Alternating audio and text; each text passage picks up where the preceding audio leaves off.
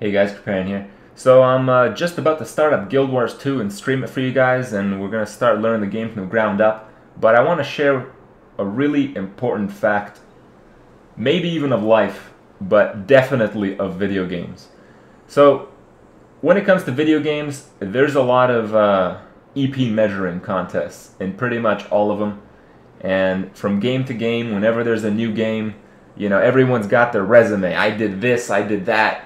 World first, world second, US first, whatnot, even with new expansions, man. And I want to offer a real piece of advice to these guys.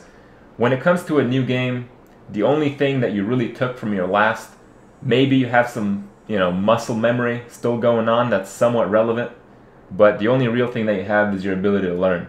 And that ability to learn is going to come to a halt if you have that kind of arrogance that you're going to be great in a certain game without putting in the effort to really analyze it from the start. So basically what I mean is, when a new game comes out, when you want to play it, you might be really good at it, but you're not going to be quite at the top. You're not going to improve any if you have that attitude.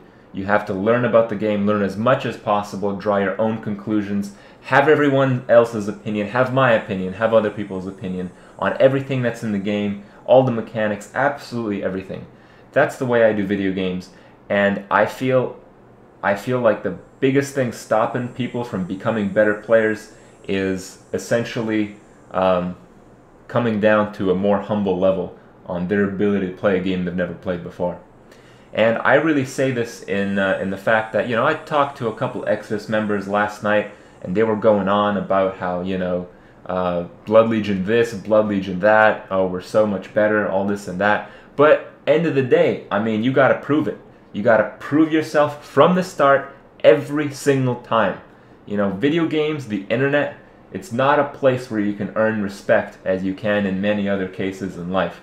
And that just makes it even a bigger deal.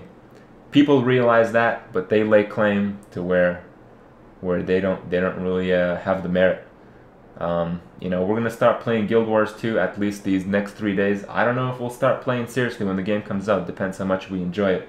But we'll take the same step from the ground up. We're gonna learn the game. We're gonna be massive noobs to start, but we're gonna have those alleyways. We're gonna have these structures, these methods of thinking that are gonna allow us to understand the game right from the start, better than most people. And we're gonna build on that. We're gonna build every single step of the way. And maybe in the end, people will see that we've learned enough about the game that we can be really, really top players. And I know a lot of you watch this channel for entertainment, but I know some of you watch the channel to try to be the best in your certain video game that you happen to be playing, that I happen to be talking about.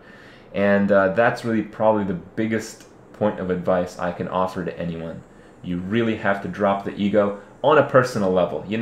If you want to flaunt it around on the internet, troll some people, do this and that. I think that's awesome. I love that stuff.